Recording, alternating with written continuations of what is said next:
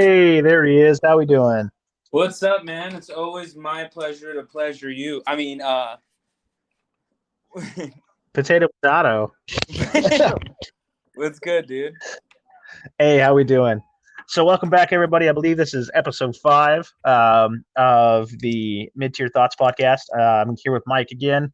So today we're going to be talking about a couple of different things. We're going to kind of start off with some FUD lore, kind of dispense some of that, and drift off into some other interesting topics that we'll kind of hit as we go along the way.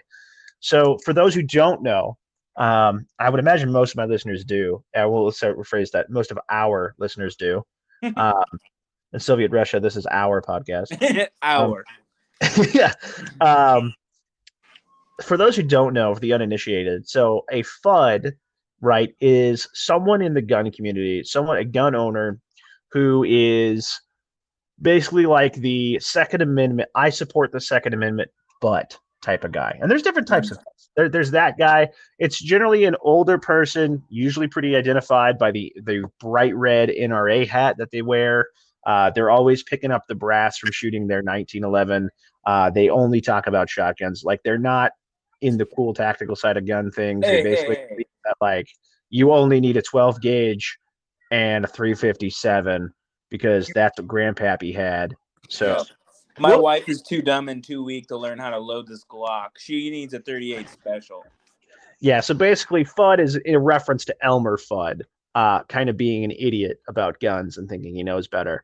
So we're going to go ahead and get in it. So I'm glad you brought that up. So one of the biggest things I know Mike and I have had this talk tons of times, and it's the funniest thing. Um, because there is a thing where people will come into the gun shop and they will be like, "Hey, I'm looking to get a gun for my wife, my mom, my daughter, my whoever, some woman in their life." Right? There's this crappy advice out there that buy a 38 special revolver, 5-shot 38 special revolver, or a 22 caliber revolver, because they think that women are just too stupid to learn how to rack a pistol and there's too many moving parts, right? So instead, we're going to give them a super light 357 with some hot loads in it with recoil that I don't like. And I'm, 6'2", 250. And we're going to give this to an 85-pound, 17-year-old chick to shoot on at grandpa's farm, right?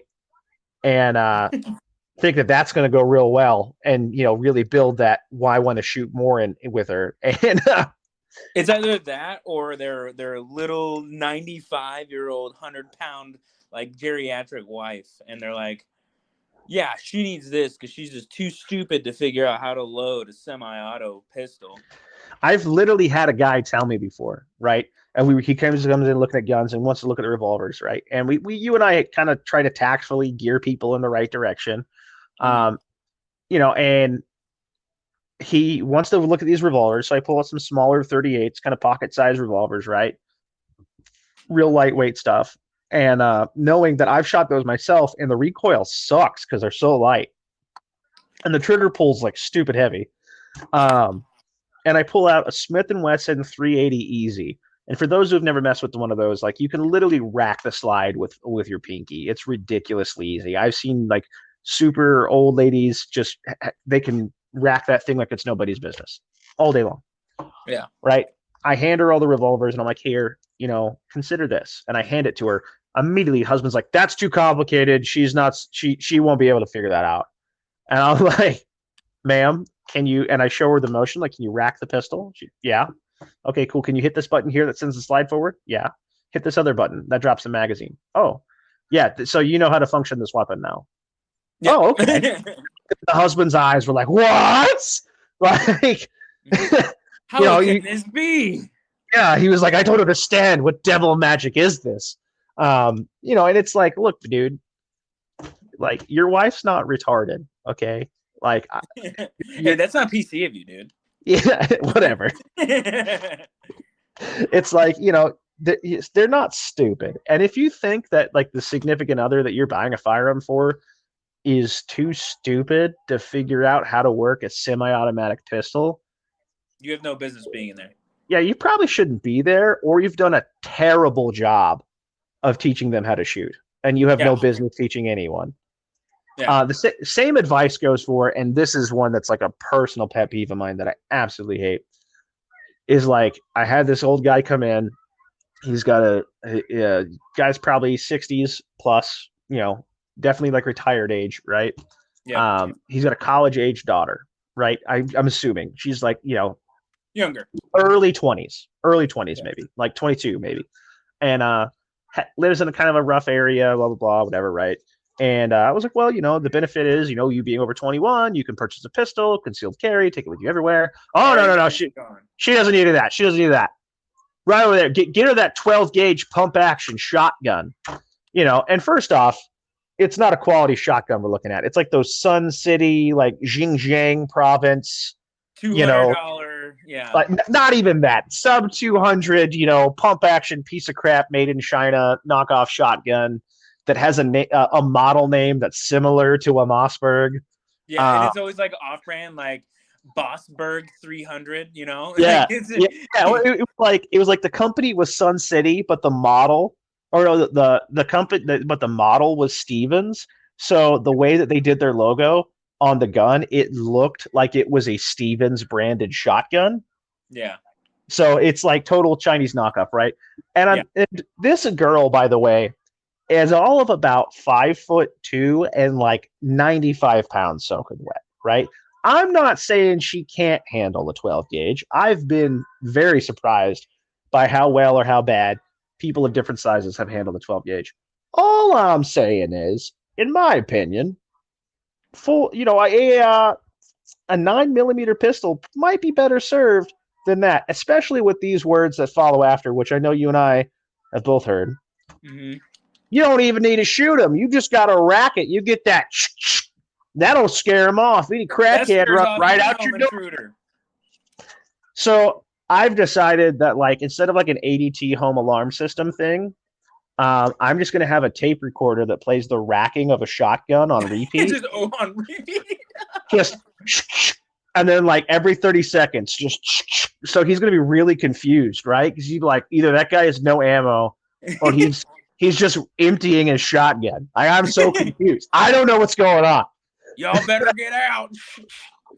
It's like, have you ever seen that video where the guy's like, it's like how shotguns act in Hollywood, and he just keeps shooting the shotgun repeatedly, and Yeah, the he guy's just like, keeps didn't you? on. He's He's like, just didn't you have? standing in a pile of shells.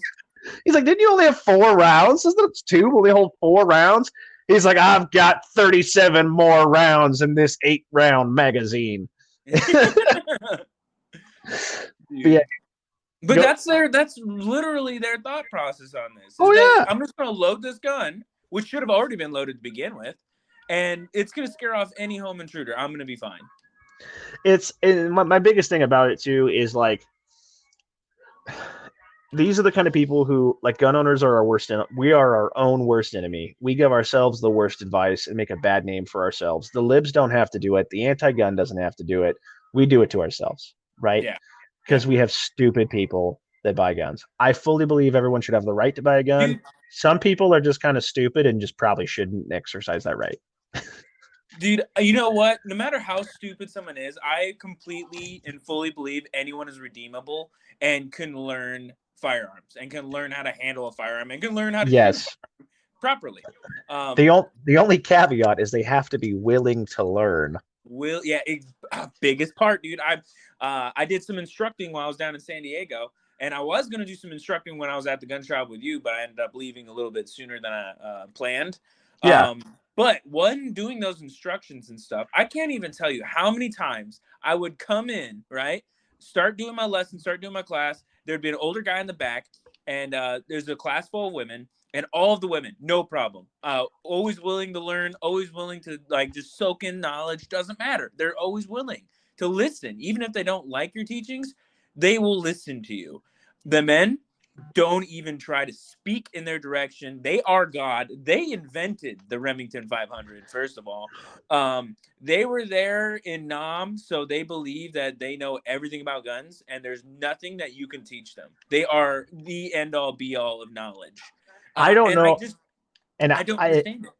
and I don't know if it's like speaking from a position of authority thing or whatever it is. I'm not trying to sound sexist, anything like that, but it's like, I don't know what it is, but like hands down, anytime I've ever done any type of instruction and teaching, 100% women are better students.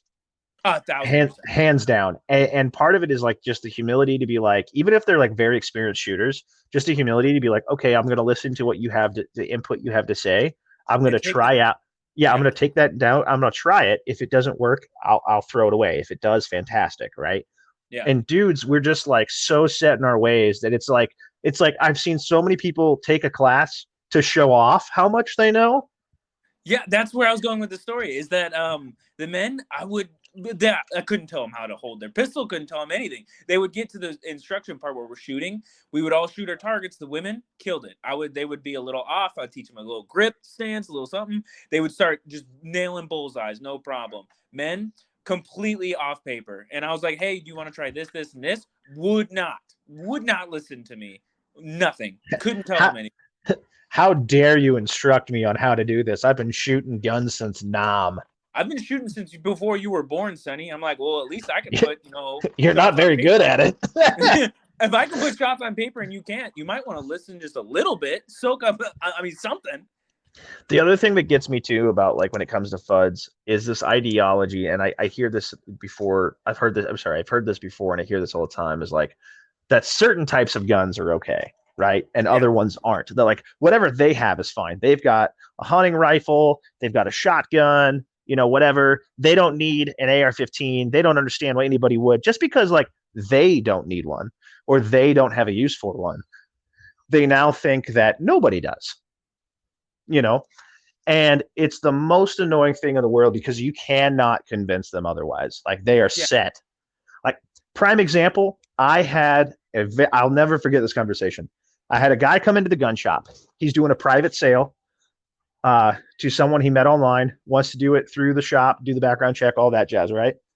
Mm-hmm. He is selling a M1 Garand and a 1911. And this is right after Washington passed Initiative 1639, which made it harder to buy semi-automatic weapons. It mandated a 10-day wait period for semi-automatic weapons, right? Yeah. This dude comes in here and he's like, well, why can't I leave with my M1 today? I don't understand. Let me explain to him. Legislation just went into effect. People didn't get out to vote. They didn't do it. We had very low voter Hey, turnout. real quick, Austin, your mic sounds a little scratchy. Oh, can you hear me better now? Yeah, there you go. Yeah. They're like, we had real bad, voter turnout. Things didn't really go our way with it. And so, this went into effect. And he goes, oh, I voted for that. He goes, yeah. And he looks up at these ARs on the wall. He's like, we don't need those, we don't need those weapons of war on our streets. And I'm sitting there like just not like this guy does not realize the irony that he's buying a gun that's killed more people than cancer on like six, like on all seven continents at this point, basically, right? A weapon literally only designed for war. Yeah, and like I explained to him, like, sir, I'm not trying to be rude, but like you do realize you're picking up a weapon that this thing's killed more people than cancer. Like the 1911's been a service weapon for over 100 years, and the M1 Garand, like World War II, both fronts of World War II, many conflicts after by multiple nations, Korea, even into the early days of Vietnam. And I'm like, this thing's been fighting people for as old as you are, dude. And you have the audacity to come in here and try to tell me that, like, I don't need an AR-15? Go screw yourself, dude. Like, dude, it makes zero sense to me when they're like, oh, yeah, that assault weapon, when the M1 Garand in 1911 have literally been the OG assault weapons of all time. Oh yeah, 100%, man. Well, I mean, like, let's not kid around, right? Guns were intended to kill people. That's why they were invented, plain and simple. They didn't invent guns for sport shooting. They invented guns because they were like, that dude's way over there, and my arrow just ain't cutting it. Yeah, when I put this musket with this really fancy like design on it, it just kills people really good. Yeah, like, and the whole thing about it, right, was basically like, hey, someone decided, armor's a thing. These knights are kind of a pain. If I shoot a little ball-shaped rock at them really fast, armor means nothing. So I'm gonna do that. And we just escalated from there. So like to pretend that you're somehow more noble just because you own a firearm, but you're not, whatever. Like, just get out of here. But Dude, to pretend that just because your weapon is old doesn't mean it wasn't made for the exact same purpose that every weapon in history was made for. yeah, And I mean, I almost want to wash my mouth out for saying assault rifle. First of all, I apologize for that. dude, it's Um, such a BS term that's like it's so inundated that it, into this that like you have to use it so people know what you're talking about, but you just feel dirty. yeah, dude, I feel like a lib, dude. No, I'm just kidding. I'm so Kill yourself. I'm um, kidding. I'm kidding. dude, it's just I don't understand people's thought processes on this stuff, man. I just don't get it. I never will get it because I think logically, I know my rights as an American, and I know I want to defend my rights and my family against everything, Oh, tyranny, 100%. people breaking into my house, whatever it may be. Hey, just get a Um, shotgun. yeah, just get 12 gauge. You don't even have to aim, dude. Oh, back on that one, dude. I totally ignored your story. The 12 gauge thing. Yeah, I just need my daughter to point it down the hallway that kills everyone in the whole vicinity. I think it's your mic that's still making the scratchy noise, dude. I don't know if like it'll pick up in the podcast or not. Yeah, It's just really scratchy on my end. better now. 100% better. Okay. Okay, so yeah, I just need my daughter to point down the hallway and it kills everything in living sight, even T-Rexes. Um, it just you realize that that shotgun has a spread on it. It's gonna be like maybe football sized by like 12 yards, a little bit Yeah. bigger than that. Then like the other thing too is like, okay, well, what's your daughter's living situation? Does she live in an apartment? Yeah. Because over penetration is a thing, and I don't know how it is in other states, but I know in Washington, like if I were to fire a shotgun at a bad guy and any of those rounds went through my wall and hit anything in my neighbor's apartment, like I'm liable for that, you know? So, Oh, you're not more than liable, dude. You're going to jail. oh, 100%. So a You're going nine to jail. millimeter hollow point seems a little bit better for that than buckshot at 2 yards. Yeah, and then I'm gonna put a soccer ball sized hole through my neighbor's door and have some explaining to do on why I killed his dog. Yeah. So I mean, it's don't get me wrong, they're great for self defense and home defense if you're in an area where it makes sense and your home's in a layout where it makes sense. Um, but it's not like the perfect thing, you know. And on top of that, like it's a lot easier to have a pistol nearby you than it is to keep a shotgun nearby you in your house, right? Okay, yeah, I Like, dare any one of our listeners that actually has used weapons in a like a job capacity, anything like that, holding up, looking down sights on a rifle for extended periods of time like that is really tiring. yeah, Really tiring. You know, it's a lot yeah. easier. A 5 pound Glock. I don't even think they're that heavy. No, no, I'm Yeah, just I think you're pretty, yeah. but but yeah, no, I mean, absolutely. I mean, like, yes, I'll make the caveat that like overall shooting a weapon with 3 points of contact, like a long arm, is technically easier than shooting a pistol as far as like accuracy and in distance, things like that, right? But if we're yeah. talking about down my hallway to my front door, I can point shoot at that distance. You know, I don't have to be the most accurate when it comes to that.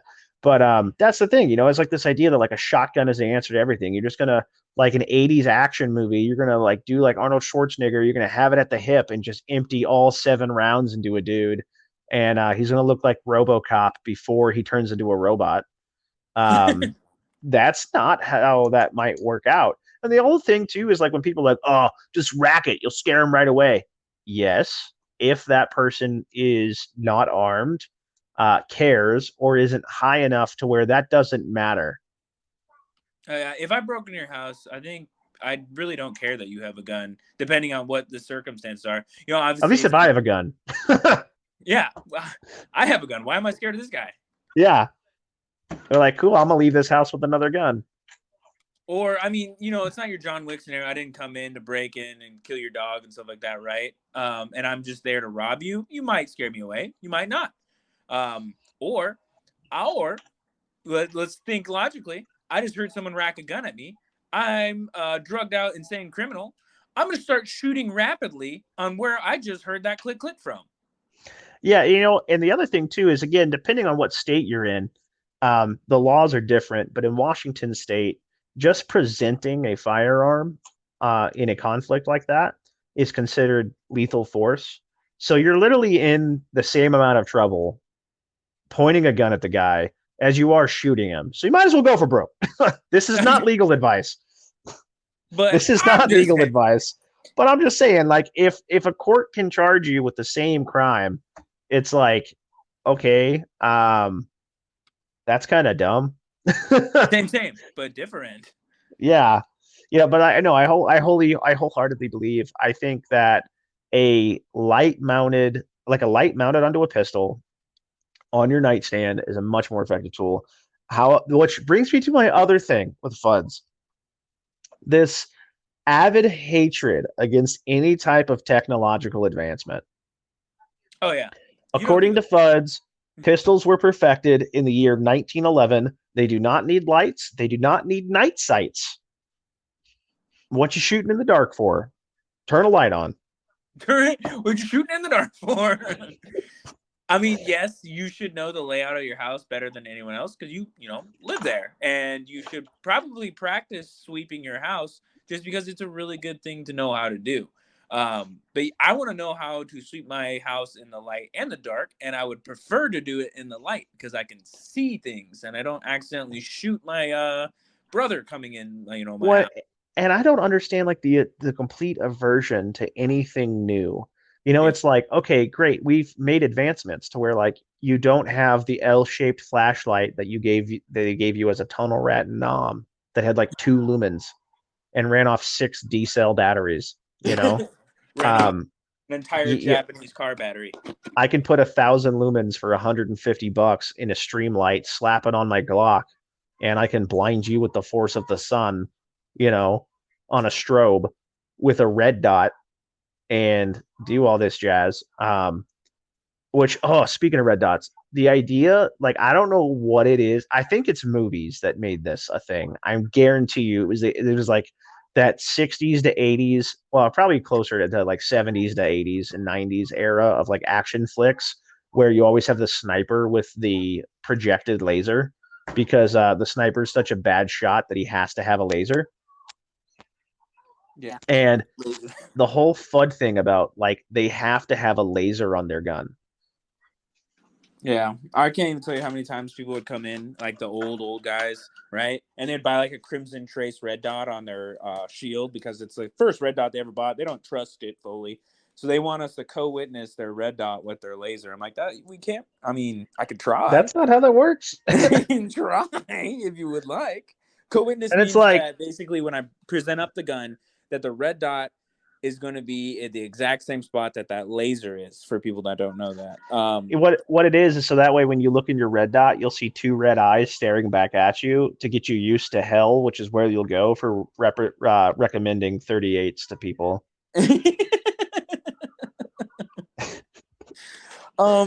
But with that, yes, Fudds are like the Amish. At some point, they're like, this is when this is when technology was right, and this is what I'm Brother sticking with Jebediah. for the rest of my life. Yeah. Now don't get me wrong, I have nothing against a 1911, right? I own 2 of them. I have no problems with a 1911. My problem is when people defend the 1911 to the point that there is no alternative. Yeah. That firearms technology reached a peak in 1945 and we've just gone downhill ever since. And if you're not John Wayne smoking 8 cigarettes a day because a doctor told you to and packing your 1911 everywhere, then you're wrong. Them damn Tupperware guns is what they call them. Oh my God. The Tupperware gun, dude, that's my favorite. Like, and I love that they try to defend it like, as a military service weapon when literally every military in the world has gone away from them because there's better things out there, more capacity. And that, like, you recommend Glock, for example, and they're just like, oh, I don't want them Glocks. And you're like, that's cool because, like, every police force in the world and a majority of the majority of the Western countries' militaries outside of ours, although now we went to a 320, like is running a polymer striker fired gun. So maybe we should like get with the times. I just don't trust them polymer guns, dude. They blow up. That's because you home loaded and triple charged your 9mm thing because you were senile and forgot how many charges you put and thought, what's another one? Dude, and also, it's not the frame that really explodes like that. It's like the whole. I won't get into it. But yeah, yes, they call them Tupperware guns. This, that. Technology is best in 1911s, and if you can't hit them in 7 rounds, then you shouldn't be shooting at all. one thing I will say that is like a personal like insult to me, and that's just because I'm a big milsurp guy, right? Mm-hmm. Is the Fudds who butcher perfectly good military surplus rifles and then try to resell them for the price that they would go if they were intact. Like Yeah, someone will take like a Japanese Arisaka with the chrysanthemum on it, super hard to find. They'll chop the barrel down and slap it on like a Monte Carlo stock with a Tasco scope tack welded to it, dude, and then be like, sporterized, "I know what I got, $1,200." sporterized, man. Just it is. There's an Instagram channel. I can't remember what it's called, and I feel really bad about that. But like his whole thing is to buy sporterized rifles and return them to their former glory, and that man's a fucking hero. He's a saint. He's a true saint. Yes, I'm in just the saying, realm Fudd of does it. firearms, this man's a hero. Fudd does it. They call it sporterized. I do it. They call it SBR. I don't know. Yeah, that and the other thing too is I think there's like a big difference like between Fudds and like more modern generations in the idea of how we view the federal government and compliance. Reagan told me that the government's good, so Yeah, just I going think with that. part of it is just maybe, and this might be a little bit of a rant here, but I think part of it is like they grew up in an era where they could more or less trust their government, and if you didn't, you were a communist. Uh, Um, and I don't. you and I grew up in an era where it was like the system is failing, and that's what we were born into. Like Dude, we were it born was. into the end Yeah, of the that's good a days. lie, bro. You just believe in all of like the glory of the government back in the day. That's a lie. Even back in the day, guess why can't I own fully automatic Uzis right now? Yeah, Why can't I own a absolutely. lot of But I mean, Uzis? like, where was the fight for that? There was Where none. was They were like, yes, if the government says it's bad, I obviously don't need it. They that's what I'm lied to saying. you. That's what I'm saying is like to me, it's like where was the fight? You know, like where we had the machine gun ban and the assault weapons ban. And like one was in 1986, one was in the original assault weapons ban was in the 90s, and it was like, okay, where was the fight for that? And meanwhile, here we're like, don't touch my brace. Don't touch the brakes. Like don't touch my pistol brace. This is And the it's like only thing I have immediately like left. there's like 25 different lawsuits and like going in, jumping right at it. And I'm like, where was that? And I don't know. Maybe they did, and I don't know about it. But No, that's the other thing too is like the diehard defending of the NRA, even though the NRA has screwed them over more than helped them. dude, the NRA has done nothing but horrible things. I remember when the whole bracing first went up and everyone like panicked and everyone was like, no, like we're suing the pants off of the end of everybody wearing a government issued uniform. We're suing them. And they were like, whoa, that whole thing. And then afterwards, the NRA was like, yep, look what we did. We got you your braces back. No, they didn't. They didn't lift a finger to help you. Yeah, well, they were the ones that promoted the bump stock ban, which initiated all of this. It gave the precedent for it. Like the NRA has been taking your money and saying they're helping by doing nothing for Hey, years. your mic's doing the thing again. What the heck, man? What is up with my mic today? I don't know. All right, there we go. Better? Yeah. This is a rough one, folks, so bear with us. We also have been going on too long of a tangent. I feel like we should yeah, well, switch up the subject. we'll reel this one back in. So going back to shotguns, right? So again, FUD lore out there is there's a lot of it.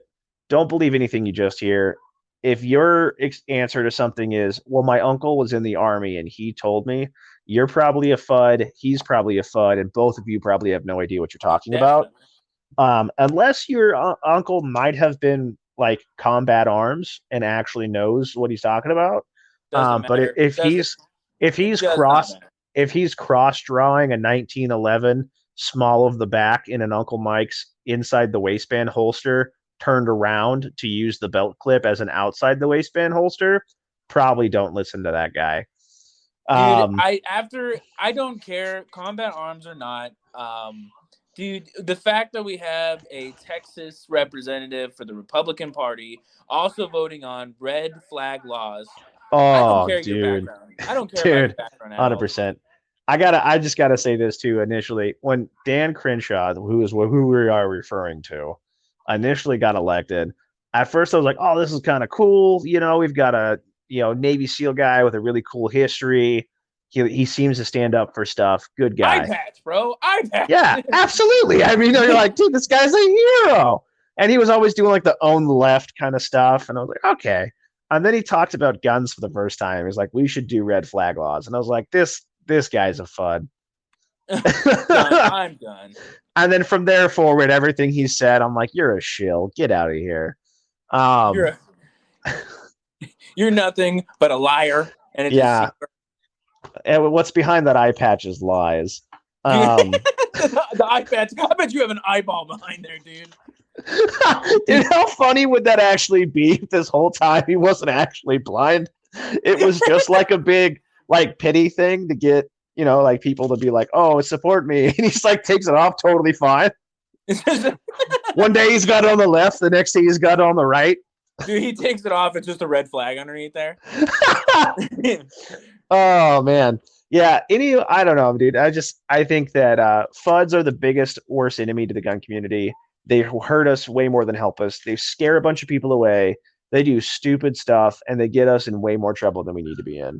And I just want to go on record. I do not hate you if you like your, cool milsurp stuff. I don't hate you. But at the end of the day, if you admit that it's not the best thing that God ever created, we can agree on something. Yeah, if you cannot admit to the fact that, like, in a modern day, if the world went south, if you honestly look me in the face and you're like, world ends tomorrow, it's going to be like the Fallout universe, whatever, like things are going south. And I'm picking up a 30-30 and a 350. Yeah, you honestly tell me that like you're picking up your 8 mil Mauser over an AR-15 or an AK, I'm not going to listen to anything you have to say after that. Yep. Like, it's reliable. The reliability. Yeah, like nope, I'm good. Yeah, that speaking of reliability, that's like the whole 2 world wars thing. When people do the defend 1911, they're like, it won 2 world wars. I'm like, and lost 2 wars on terror. And was not a usable weapon anymore. What about Vietnam? Okay, but shotguns. Okay, 100%. Shotguns are a very useful, reliable tool when you use them as such. The tool that they are. And know what they are? They are breaching demons. That's what they are. Yes. And close quarters, awesome for that. Police work, like they use them for that reason in buildings, in close quarters, things like that, right? Yeah. The different loads you can run for them, like they are very versatile. Don't get me wrong, right? I can shotguns, use it, super versatile. I can use it, smash open a door, no problem. A caveat to that as well is if I'm using it as a breaching tool and I'm using it as like a CQB weapon, I don't care who's on the other end of it at that point. I'm putting soccer-sized holes in every bit of drywall I see because I don't care. Yeah, if you're going offensive with a shotgun like that, you definitely open up the doors literally for a lot of options and a ton of different loads to be very effective for that. Yes, but birdshot in your apartment is still going to kill grandma. Yeah. Have you ever gone on any of the websites where they have like exotic shotgun ammo? Dude, it's so cool. I want Dragon's Breath so bad. Any supporter of this channel out there that has Dragon's Breath or is willing to go halvesies with me, I'm so down. The one that gets me the most is there was one, and it was so I've seen like flechettes and everything, and there was one I saw, and I don't know if it was like legit or what, but it was like it looked like 3 30 caliber bullets, what looked like a quarter, and then 4 shot behind it. And I have no idea how effective that would be, but it just seems like that's going to be a bad time. At certain, at certain distances, man, everything's a slug. I mean, you're not wrong. Well, you've heard that Clint Smith thing before, right? I brought that Yeah, up last episode. I thought, right, about dude, that. Clint Smith said that man is the Jesus of like firearms and stuff like that. He is such a fud. Yeah, yes, Fight me. Let me know where you're at. Fight yes. me outside, dude. I'll give him this though. I will give him this. He is a fud in his gun choices, but he knows what he's doing with them. I Oh yeah. guarantee that. I will say that guy can probably shoot a 1911 better than I can shoot anything else. But he's also been running a 1911 since 1911. Dude, no, he is a phenomenal teacher in like ways, but he's a fud to an extent because his weapon choices and stuff like that. Some of the conversations he has, complete fuddery. Right. But And I think part of that when I is see just him on the range, when I see him training, what is he using? A Glock and an AR-15. Yeah. I think going with the shotgun thing and with the 1911s, I think part of it too is just familiarity. I guarantee you, 50 years from now, you and I are gonna be sitting here. I got my AR-15, blah blah blah, and they were like, "Grandpa, why haven't you switched to lasers yet, you fud?" Bullets And just then do it better. yeah, then I'll just have to whoop my grandchildren. So No, I have swore to add to all times that whatever gun like comes out new, like the new hot greatness, I am always gonna get into the new hot greatness. Like the 6 Spear, the 6.7, like all the 6.5 Creedmoor things like that. I have not bought into the fuddery and being like, oh yeah, a 6.5 Creedmoor, what's that gonna do? Just knock the deer down? What, you gonna shoot it with a Nerf gun? Like I'm just waiting for you to secretly show us your secret stash of 224 Valkyrie. don't tell anyone about this. I'm the only man who has it. Wait, Can you it's edit, gonna can you it'll take a comeback. Edit that out, please. Oh man. Yeah. So that's the thing is, and I think when it comes to shotguns too, kind of go back to that, is that like my big thing is like I don't mind shotguns. I have two of them, but my thing is like there's not a lot of tasks that I would see myself doing where I would pick a shotgun over a rifle. Now, granted, the flexibility of a shotgun with the things you can do, like I can see people from a survival standpoint maybe saying that because you could hunt with it, defend yourself, do all kinds of different things with it, right? Depending on the load. Yeah. But at the same time, it's like my probably thing is there's not a lot of things I would do with it, but also there's not a lot of gear out there that supports it. And I'm sure people are immediately going to be like, oh, but what about whatever? Yes, there are companies that do make shotgun loadouts. There are companies that make like plate carrier attachments to where they got like it's basically like a little nylon slot you slide the shotgun shells into, right? Things like Yeah. that. But you know, the only thing I could really think of that I saw that was like super effective and quick to reload when it comes to shotguns was I know James Reeves on TFB TV had did a review of a Beretta 1301, and he had like a Velcro shotgun card. So it was basically like a side saddle for a shotgun, but it was Velcro, and you could just slap it on, empty it, rip a new one off, slap a new one on, and that was cool, right? And he put those in his plate carrier in his magazine pouches. But even then, you only hold 5. And if there's like 5 in each one, great, you have 25 rounds. Now, granted, 25 rounds of 12 gauge is no small joke, but it's like, Depending on how fast you can load it. yeah, I mean, like your capacity is not that great. Um, your reloads are slow. You train with it, obviously, you're going to get better at it. You're going to get real good. But it's like, I don't know. To me, I'm like, if I can have an AR with 300 rounds or a shotgun with even 50, eh. Dude, I'm just saying with the reload thing, man, is the fact that I can put down 30 rounds and then get it reloaded up and shooting again in a matter of seconds. Not even seconds. I train pretty good. I'm not gonna pipe my own, toot my own horn over here, but like sub seconds sometime reloads. What are you gonna do with that 12 gauge? That's gonna take you 10 seconds to reload. What's going to happen now is like Jerry Michalik somewhere is going to be listening to this and he's going to challenge you. And Yeah. Jerry Michalik's going to shoot and reload like 40 rounds of 12 gauge. And you're going to be like, I'm on 5 rounds of 5.56. I don't know what happened. Doesn't count if you're wearing a speed reloaded for your shotgun because you're not going to wear that in the combat. You're Right. going to hit the first wall or something like that, and all your shells are going to hit the ground. Yeah, that's the thing is like when it comes to shotguns, like when it comes to gear for them, I see a lot of stuff like 3-gun.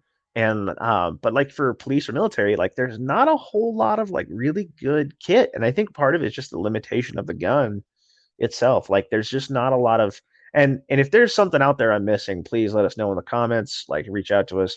I want to be proven wrong, and I would also love to get some stuff for my shotgun to make it more effective like that. But it's like, Yeah. you know, And Moonlight Tactical, check them out.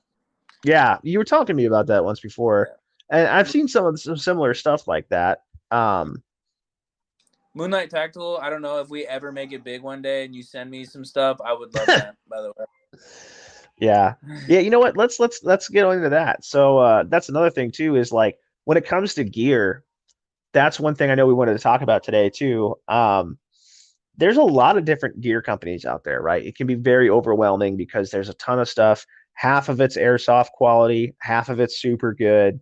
You really don't know, there are a bunch, basically one company will make something and then like eight other companies will make an identical version of that and call it something else, right?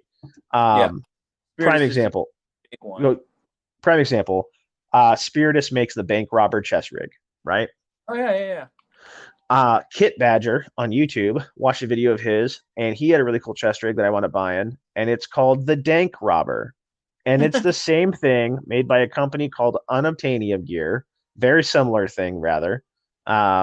It's slightly different enough to not be sued, and it was like way less the money. It was way less money and still super good quality. I'm like, well, why did I not? Why am I going to spend the extra money? And you've seen it. It's that small nylon one that I have within like Yeah, the it's sick. woodland.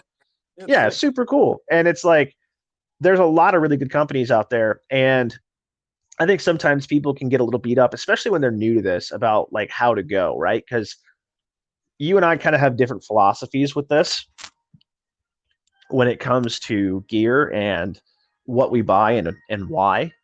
Yeah, And I know you're more of a like real high end buy once, cry once type of dude.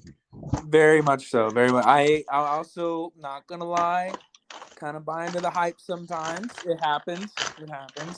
But so far, every single bit of gear that I've ever bought, I have absolutely loved. And I'm a huge Spirit Systems guy. Lucas Botkins, T Rex Arms, big into his gear. I'm checking out Grantham stuff right now. He's That's got a pretty onward research, right?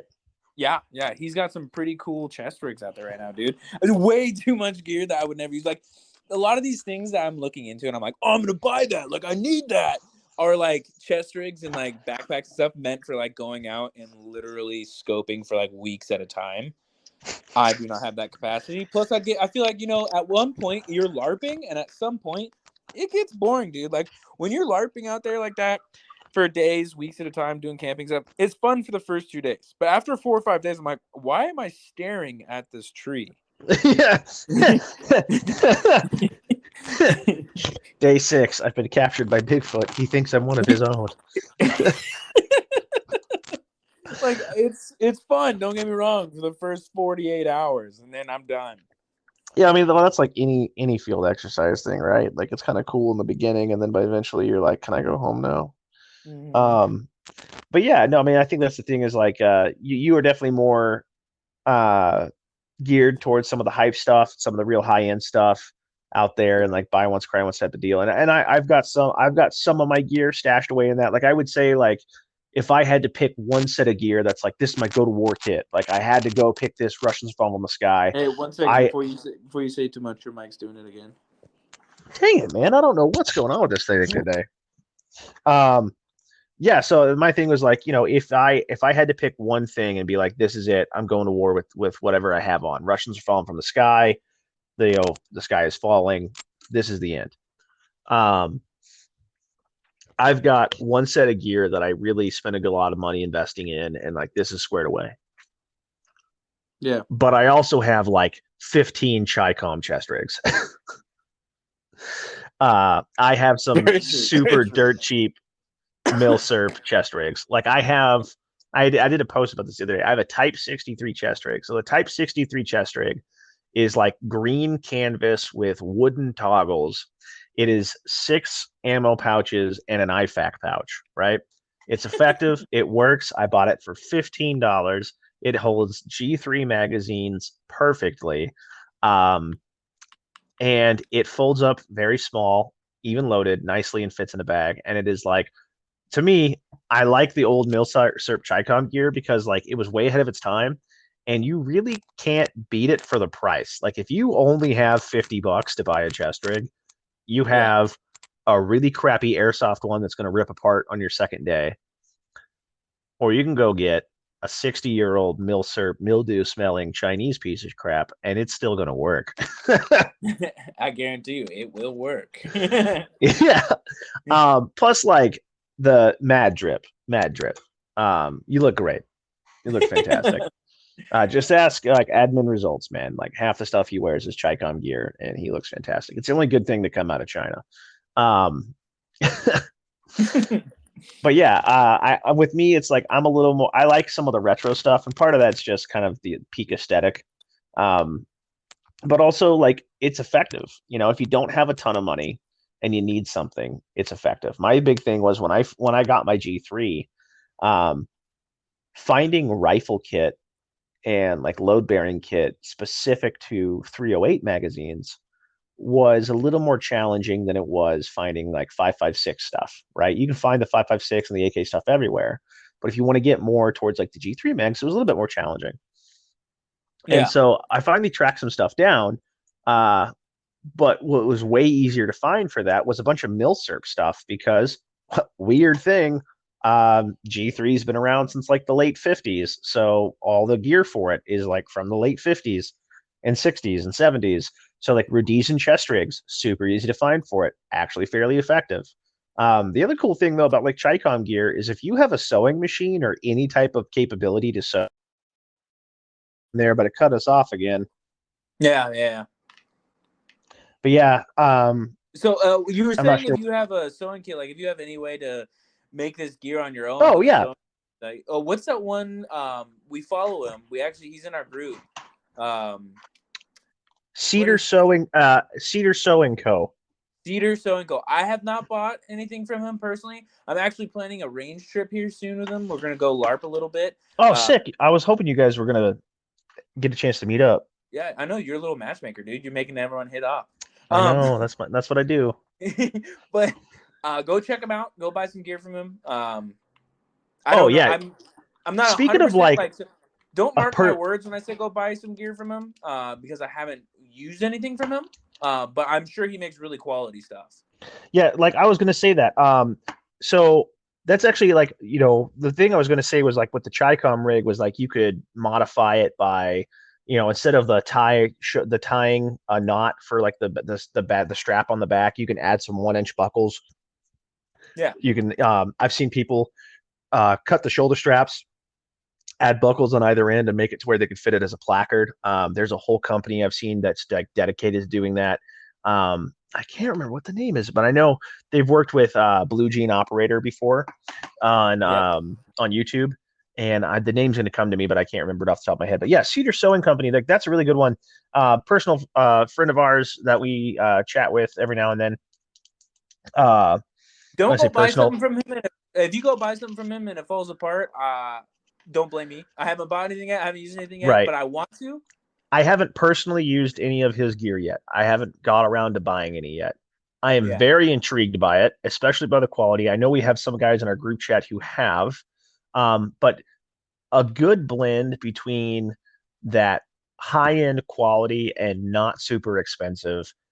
He makes a great product called the Claymore bag, I believe it is, and that's the name of it, isn't it, Mike? The Claymore Yeah, it bag. is. He just put Yeah, it in there. Yeah. yeah, and it basically looks like almost like a. I think. Well, how would you? I don't know. How would you describe it? It looks almost like a suitcase size, right?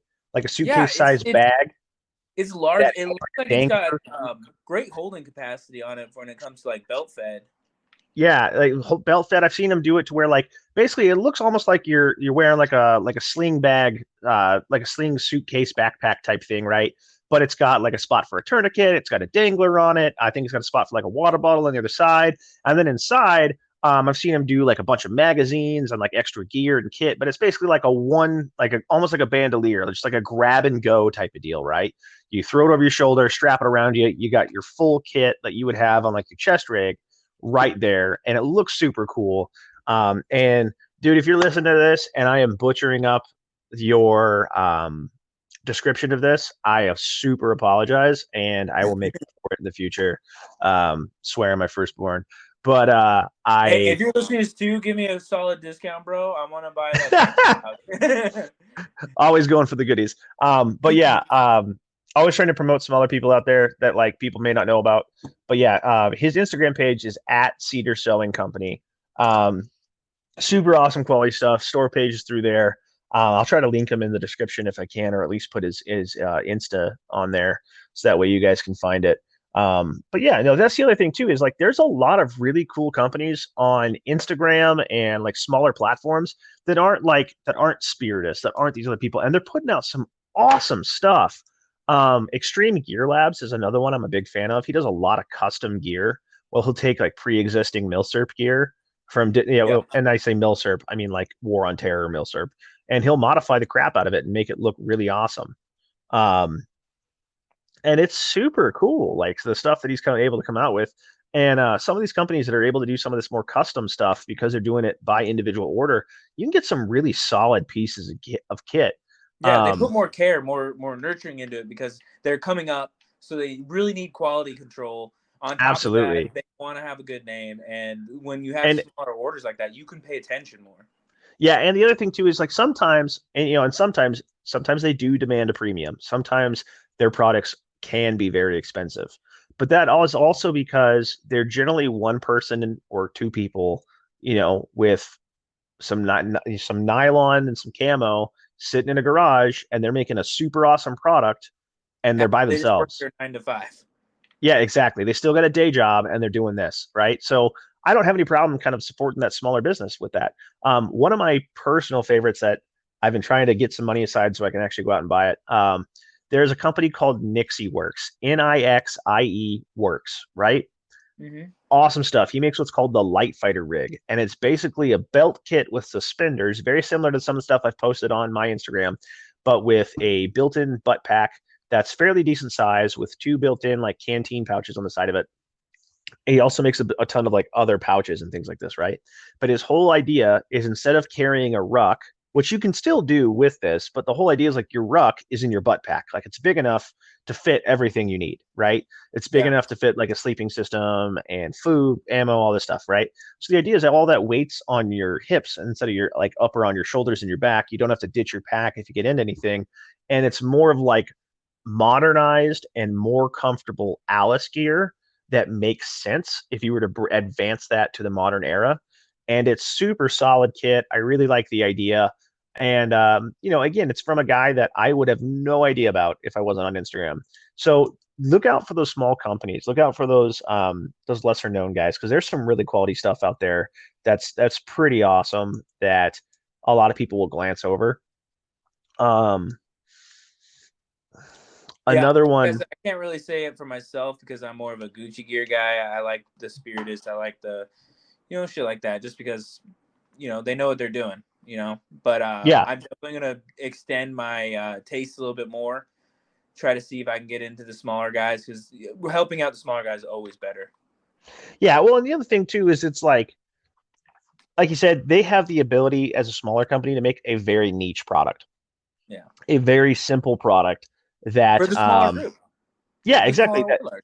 Yeah, A very simple product that might solve a problem that everyone else has with a piece of gear that that company's not addressing, and then they do it. yeah, So yeah, I mean, and that's the other thing too is I think learning how to take that dollar value and get your best bang for your buck, no pun intended, and kind of knowing like where you can sacrifice a little bit and where you can't.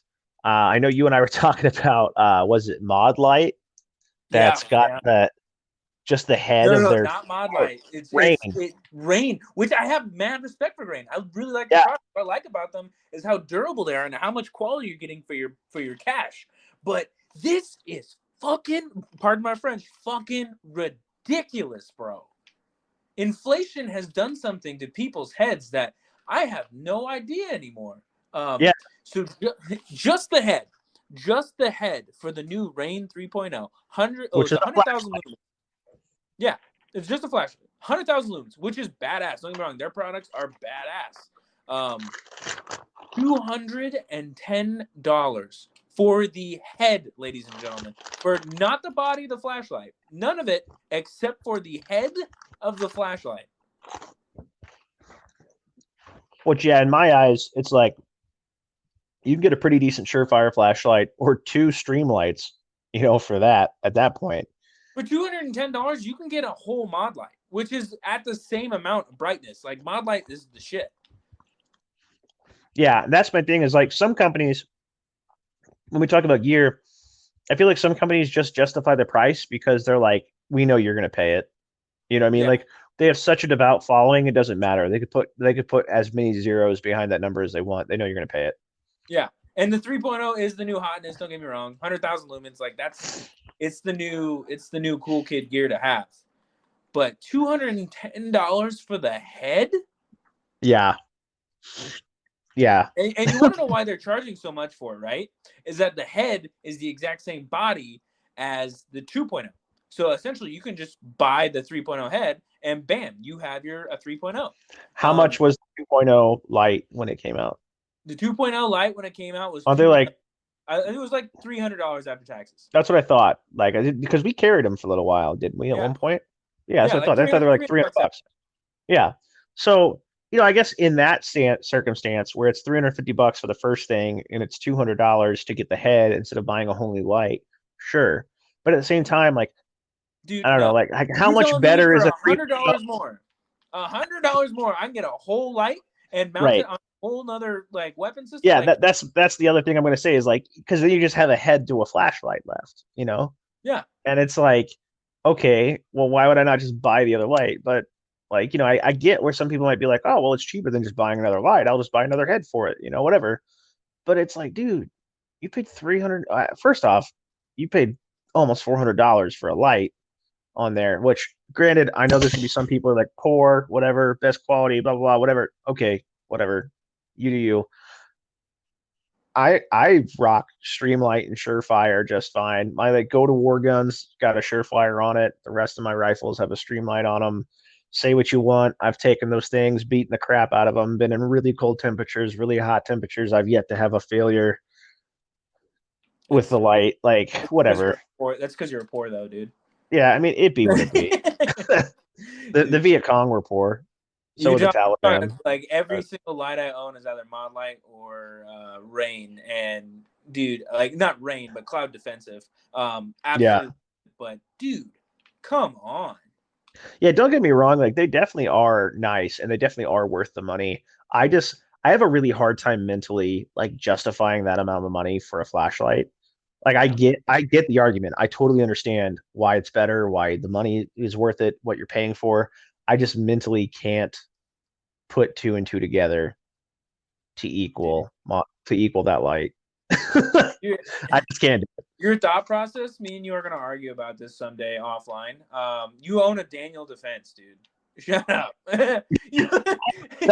Hey, look, I can justify it for a gun. It's everything else. That's the thing that gets me. It's like, and I've had this conversation. You're the guy that buys a Daniel Defense and then runs steel case. No, negative. I'm not that bad. I do run steel case in the G3 though, but that's because it was designed for it. Don't hate me. G3 need anything. Exactly. No, my thing is like with going out to buy a gun. Like when I'm looking at prices for things, and I think a lot of people do this, right? Yeah. It's like I can look at a rifle and be like $2,000. Okay, I get it, right? Yeah. I look at like a staccato and I'm like $2,000. It's like granted, having shot staccatos, absolutely, I totally understand why you're paying $2,000. But mentally, I'm like $2,000. It's a pistol. I don't get it. I don't get that. I don't get the staccato hype, dude. Maybe I'm a poor. I mean, when it's the smooth shooting gun shot, like I own the Swiss chocolate of killing people. But I bought the B&T because first aesthetics, because coolness Yeah, is half the battle. it be looking dope. It do Um, look dope. but the other part is like the staccato hype. I don't get it, dude. I don't get it. That's a whole other conversation I know. for I another mean, time. they shoot like they're so smooth. They're great shooting guns and everything. And I think part of it is like them straight from the factory having, at least from my experience that we had in the rental counter, being such a great gun out of the box that like everyone's hands we put that gun into, everyone wanted to buy it until they saw the price tag. Yeah. So I think that's the thing is like I don't see them justifying the $4,500 price tag of like the XC model because I'm like, what the hell did you do to this that cost you an extra $2,000? Um, but I mean, I get it. I don't know. To me, that's just it. That's like from shooting it enough, I'm like, okay, I can kind of see why someone might do that. And I think we've talked about this before. There's kind of like a natural evolution when you first get into guns, where like you first get into it and you're like, why would I buy $1,700 rifle? What extra am I getting? A $700 Ruger is just fine. And then a couple Yeah. like once you actually get into it, you start to kind of understand. And then eventually, you evolve to the point to where you're like, there's a Knight's Armament on sale for $3,000. Woo! Deal. That's a hell of a deal. Yeah. Yeah. No, I mean, no, that is funny. I do have my Daniels fence, and I made sure to put quality accessories on it and quality optics and everything. And that was like my one gun. I wanted to make sure that like if I had to grab one and go and it was totally set and we're secured and like I want one go to war rifle, that was my Daniel defense. And then I bought a G3 and decided to be the right arm of the free world and switched everything over to 308. And I've just decided that I'm going to be a West German now. One African nation at a time, dude. Yeah. Hey, every time I watch a movie and they got like some clapped out, rusted, just a crap G3 and they're still working, I'm like, that's my gun. That's my boy right there. Dude, I can watch what is that? Blood Diamond, and I can literally see almost every gun that I own in that movie. All right, this episode's going on a long time. Sorry for the technical difficulties, everybody. This one is a little bit of a longer one. We're doing this with microphones on our phones and headsets. We're starting out. If you do want to help us out in any way, like I said, I'll mention our Instagrams in the description. I believe the Spotify actually has a link on here to if anyone feels obligated to support us in any way. I'm not saying you have to. I'm not begging for you to. I'm just saying if you do want to support us, I believe there is a subscription thing on there. You can check that out if you want. You don't have to. I'm not asking for money. I'm just it's saying if you actually a want link to, to it my is on there. OnlyFans. Yeah, yeah. It's just pictures of his feet. You don't need to see that. You actually have to pay me to you have to pay me to stop sending you butthole pics. That's a service that you just start sending them at the most inappropriate time, and it's like those hacks. I'll make sure it's at about 5 o'clock where you're at when you're sitting down with your family. Yeah, exactly. All right, man. Well, good talking to you. Thank you, everybody. This has been another episode of Mid-Tier Thoughts. I know this one ran a little long. We had a little technical difficulties. Thanks for bearing with us. And Yep. see you in the next one. Absolutely, man. Hey, you have a good night. You too. Bye.